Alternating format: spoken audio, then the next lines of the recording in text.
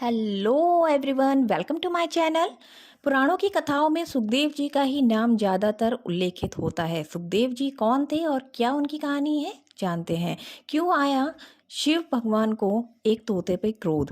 कहते हैं भगवान शिव पार्वती को जब अमर कथा सुना रहे थे तो पार्वती जी सुनते सुनते निद्रा में चली गईं और उनकी जगह शुक यानी तोते ने हुंकारी भरना शुरू कर दिया। जब भगवान शिव को यह बात ज्ञात हुई तो वह शुक को मारने के लिए उसके पीछे दौड़े। तो तोता भागकर व्यास जी के आश्रम में जा पहुंचा और फिर उनकी पत्नी के मुंह में घुस गया। शिवजी पुनः लौट गए। यही तोता बाद में व्यास जी का अयोनिज पुत्र बना। कहा जाता है सुखदेव 12 वर्ष तक माता के गर्भ से बाहर ही नहीं निकले। भगवान श्री कृष्ण के कहने से ये गर्भ से बाहर आए। जन्म लेते ही सुखदेव जी अपने माता पिता और श्री कृष्ण को प्रणाम करके वन में तपस्या के लिए चले गए। सुखदेव जी ने ही अपने पिता व्यास जी के श्रीमद् भागवत पुराण को पढ़कर उसे राजा परीक्षित को सुनाया था, जिसके श्रवण फल से सर्पदंश मृत्युपरांत भी परीक्षित को मोक्ष की प्राप्ति हुई।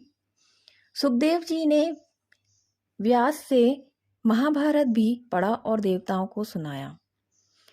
श्री व्यास के आदेश पर सुखदेव जी माता सीता के पिता जनक के पास गए और उनकी कड़ी परीक्षा में उत्तीर्ण होकर उनसे ब्रह्म ज्ञान प्राप्त किया। सुखदेव जी का स्वर्ग में प्रभाज नाम का एक सुकर लोक में रहने वाले पितरों के मुखिया वशिंद्र जी की पुत्री पीवरी से हुआ था।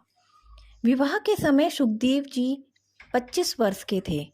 कहते हैं सुखदेव जी अजर अमर हैं और वे समय समय पर श्रेष्ठ पुरुषों को दर्शन देकर उन्हें अपने दिव्य उपदेशों के द्वारा कृतार्थ करते हैं।